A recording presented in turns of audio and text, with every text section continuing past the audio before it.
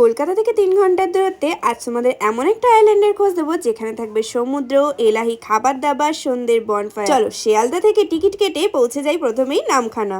আর নামখানা থেকে কিন্তু তোমরা টোটো রিজার্ভ করে চলে যেতে পারো পাতিবুনিয়া ঘাট কিংবা হুজুতির ঘাট। আর নামখানা স্টেশন থেকে তোমাদের কিন্তু ঘাটের ভাড়া নেবে 50 থেকে 60 টাকা। আর এখান থেকে ঘাট পার হওয়ার সময় তোমাদের কিন্তু 5 টাকা করে নেবে নৌকোতে। আর ঘাট পার হওয়ার পর তোমরা কিন্তু ওখান থেকে টোটো করে নিতে পারো, টোটোর ভাড়া কিন্তু নেবে 25 টাকা। আর সেখান থেকে কিন্তু টোটো করে আমি পৌঁছে গেছিলাম বন্ধুমহল বিচ ক্যাম্পে। আর সেখানে এসে প্রথমে কিন্তু পেয়ে গেছিলাম ওয়েলকাম ড্রিঙ্কসে ডাবের জল। এরপর রুমে গিয়ে কিছুক্ষণ রেস্ট নেওয়ার পর করে নিয়েছিলাম লাঞ্চ। চলো এবার তোমাদের রুমগুলো দেখিয়ে দিই। এখানে কিন্তু রুমের প্রাইস শুরু হচ্ছে 1199 থেকে। আর প্রত্যেকটা রুম কিন্তু ভীষণ ভাবে পরিষ্কার। আর সমুদ্রে এসছে আর তোমাদের সমুদ্র দেখাবো না সেটা তো হতেই পারে না। সত্যি বলতে মৌসুমী আইল্যান্ডে এই সমুদ্রটা আমার বেশ ভালো লেগেছে। আর এখানে সন্ধ্যের অ্যাম্বিয়েন্স এর সাথে কিন্তু ছিল মুড়ি আর পকোড়া, বেশ দারুণ। এরপর কিন্তু নিয়ে নিয়েছিলাম আমরা বারবিকিউ। তোমরা কিন্তু রাতের ডিনারে ভাত কিংবা রুটি নিয়ে নিতে পারো, সকালে ব্রেকফাস্ট করে নিতেই পারো চেক আউট। আমি কিন্তু স্ক্রিনের উপর নাম্বার দিয়ে দিয়েছি, তোমরা ওখান থেকে কন্ট্যাক্ট করে দুদিনের ছুটিতে ঘুরে আসো মৌসুমী আইল্যান্ড।